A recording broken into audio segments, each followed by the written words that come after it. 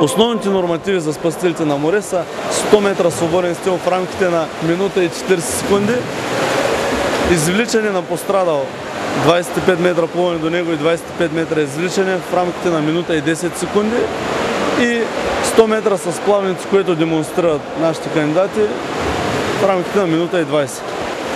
Изисква се по-добра плувна култура и по-добри физически качества, по-голяма издържливост, тъй като знаем, че на море спасителят трябва да е в готовност да преодолява по-големи разстояния от водната площ с плуване, за да спаси и да окаже помощ на един човешки живот.